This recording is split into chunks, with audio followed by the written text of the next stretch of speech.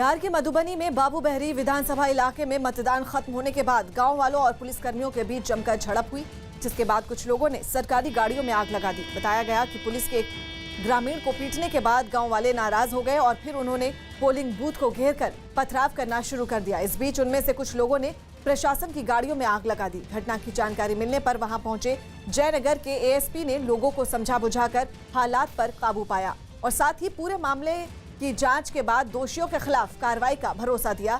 वहीं हालात को देखते हुए गांव में पुलिस की टीम को भी तैनात कर दिया गया है। यूपी के कानपुर में दो लुटेरे भीड़ के हत्थे चढ़ गए, जिसके बाद लोगों ने उनकी जमकर पिटाई कर दी। बताया गया कि आरोपी एक छात्रा से उसका फोन छीनकर भाग रहे थे,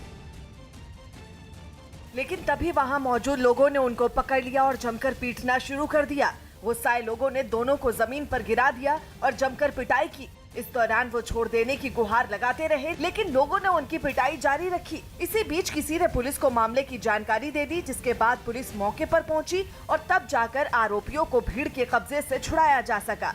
छात्रा के मुताबिक आरोपियों का एक तीसरा साथी भी था, जो भाग निकलने में कामयाब हो गया। 3 लड़के बाइक से आए थे, ब्लैक कलर की बाइक थी, उनकी बाइक पे नेम प्लेट नहीं थी, तो उन्होंने मेरे हाथ से मेरा पर्स और मेरा फोन दोनों छीन लिए। मामला सामने आने के बाद पुलिस ने दोनों आरोपियों के खिलाफ केस दर्ज कर कार्रवाई शुरू कर दी। यूपी के मुजफ्फरनगर से एक हैरान करने वाला वीडियो सामने आया है। वहां एक आदमी बीच चौराहे पर ट्रैक्टर से स्टंट करने लगा। यह आदमी वहां हुई किसान महापंचायत में हिस्सा लेने आया था, लेकिन तभी उसने भीड़-भाड़ वाले चौराहे पर अपने ट्रैक्टर से स्टंट करना शुरू कर दिया।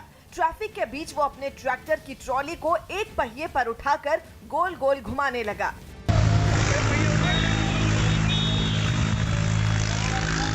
ट्रैक्टर ट्रॉली से इस तरह का स्टंट देख लोग हैरान रह गए। हालांकि वो आदमी सबसे बेपरवाह काफी देर तक ट्रैक्टर से स्टंट दिखाता रहा। उसकी इस हरकत की वजह से वहां ट्रैफिक जैम भी लग गया। हालांकि बाद में पुलिस वालों के रोकने पर उसने स्टंट दिखाना बंद कर दिया और ट्रैक्टर लेकर वहां से चला गया। उत्तर प्रदेश के शामली में एक हादसे की डरा देने वाली तस्वीरें सामने आई हैं। वहां रसोई गैस सिलेंडर में धमाका होने से 3 लोग घायल हो गए। बताया गया कि हादसे के वक्त महिला किचन में खाना बना रही थी, लेकिन तभी सिलेंडर जोरदार धमाके के साथ फट गया और वहां आग लग गई। देखते ही देखते पूरा मकान आग की लपटों में घिर गया। धमाके के बाद वहां से आग का गोला ऊपर की तरफ उठने लगा। इस दौरान वहां एक के बाद एक कई और धमाके भी हुए।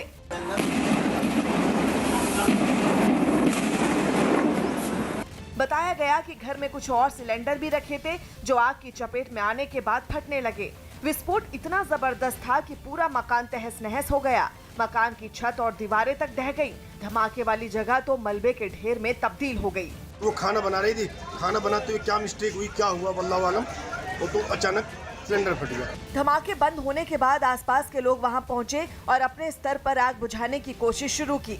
विस्फोट की चपेट में आने से एक महिला समेत 3 लोग बुरी तरह से घायल हो गए, जिन्हें फौरन अस्पताल पहुंचाया गया। बिहार के आरा में हत्या के आरोपियों की गिरफ्तारी नहीं होने से गुस्साए लोगों ने सड़क पर शव रखकर प्रदर्शन किया। वहां एक दिन पहले बस स्टैंड में काम करने वाले एक आदमी की कुछ लोगों ने गोली मारकर हत्या कर दी थी, लेकिन जब आरोपी गिरफ्तार नहीं हुए तो लोगों का गुस्सा फूट पड़ा और उन लोगों ने शव के साथ सड़क पर उतरकर प्रदर्शन शुरू कर दिया। इस प्रदर्शन में परिवार और रिश्तेदार के अलावा गांव के लोग भी शामिल हुए, जो वहां की एक सड़क पर बैठे नजर आए। प्रदर्शन में शामिल कई महिलाएं फूट फूट कर रोती दिखीं। इतना ही नहीं, गुस्साए लोगों ने वहां से गुजरने वाली 2 सड़कों पर टायर जलाकर उन्हें जाम कर दिया। हंगामा कर रहे लोगों ने आरोपियों को जल्द पकड़ने की मांग की। गिरफ्तारी बहुत जल्द चाहिए। आप लोग गिरफ्तार के धरिए, मारने वाला के। प्रदर्शन कर रहे लोगों ने इस मामले में पुलिस पर लापरवाही का भी आरोप। यूपी के गाजियाबाद में पुलिस ने अवैध पटाखों की बड़ी खेप बरामद की। दिल्ली के पास यूपी के गाजियाबाद में पुलिस ने अवैध पटाखों की बड़ी खेप बरामद की। पुलिस ने जानकारी दी कि उसने करीब 15 लाख रुपए के अवैध पटाखे जब्त किए और साथ ही 2 लोगों को भी गिरफ्तार किया।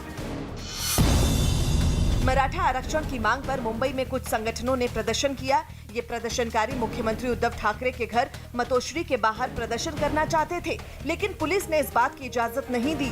मराठा आरक्षण का मामला फिलहाल सुप्रीम कोर्ट में है। मध्य प्रदेश के मुरैना में पुरानी रंजिश की वजह से 2 गुटों के बीच गोलियां चल गईं। इस घटना में एक आदमी की मौत हो गई जबकि एक बुरी तरह घायल हो गया। इलाके में हिंसा के बाद वहां भारी पुलिस बल को तैनात। उन्नाव से बीजेपी सांसद साक्षी महाराज के विवादास्पद बयान पर विपक्ष ने जमकर हमला बोला।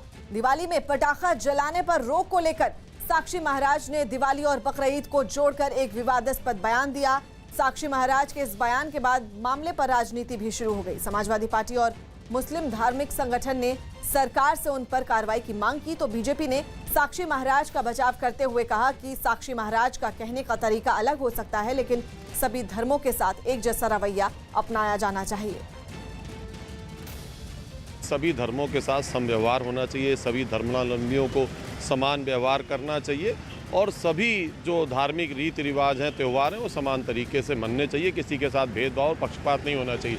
साक्षी महाराज का जो बयान है, उनके कहने के तरीके अलग हैं, लेकिन बात लगभग वही है कि सभी धर्मों के साथ बराबर व्यवहार करना चाहिए।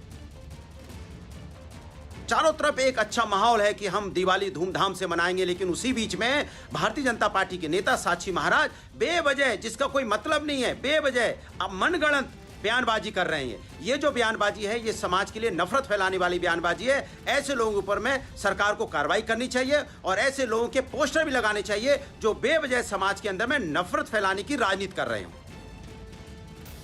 साक्षी जैसे सांसद, एक जिम्मेदार शख्स इस तरह की बातें करते हुए अच्छे नहीं लगते और मैं समझता हूँ कि किस तरह की इन लोगों की जहनियत है, किस तरह की सोच है, ये सिर्फ और सिर्फ नफरत फैलाने वाली बातें करते हैं। ये हमारा हिंदू पर्व है और उनका मुस्लिम अपनी समस्या है, इसलिए किसी भी हिंदू त्योहारों को, पर्वों को कभी भी मुसलमानों के पर्व के तुलना नहीं करना चाहिए। शिमला के लोअर बाजार में आग लग गई जिसमें कई दुकानों को नुकसान पहुंचा। आशंका जताई गई कि शॉर्ट सर्किट की वजह से यह हादसा हुआ, जिससे बाजार में अफरा तफरी मच गई। हादसे के वक्त कई लोग वहां मौजूद थे जो इधर उधर भागते हुए दिखाई दिए। आग की वजह से लपटों के साथ धुआं तेजी से फैल गया। थोड़ी देर के लिए तो वहां अंधेरा छा गया, लेकिन इसी बीच दमकल की कई गाड़ियां वहां पहुंच गईं और आग बुझाने की कोशिशें तेज कर दी गई। सामने आई कुछ तस्वीरों में कुछ लोग आसपास की दुकानों की छतों पर चढ़कर टीन हटाते हुए दिखाई दिए, जबकि कुछ दमकल कर्मी छतों के ऊपर से पानी की बौछार करते नजर आए। इस बीच बहुत सारे दुकानदार एक दूसरे की मदद करते हुए भी दिखाई दिए। कुछ लोग तो आग लगी हुई दुकानों से सामान निकालकर सुरक्षित जगहों पर रखते दिखे। दमकल कर्मियों और लोगों की मदद से काफी देर की मेहनत के बाद आग बुझा दी। मोदी आज वीडियो कॉन्फ्रेंसिंग के जरिए सूरत में रोरो फेरी सेवा का उद्घाटन करेंगे। सूरत से सौराष्ट्र के बीच चलने वाली इस रोरो फेरी सेवा से सड़क मार्ग के मुकाबले यात्रा काफी कम वक्त में हो जाएगी और दोनों के बीच की दूरी भी 317 किलोमीटर से महज घटकर 60 किलोमीटर रह जाएगी, जबकि यात्रा में लगने वाले 8 से 10 घंटे के वक्त में सिर्फ 3 से 4 घंटे ही लगेंगे।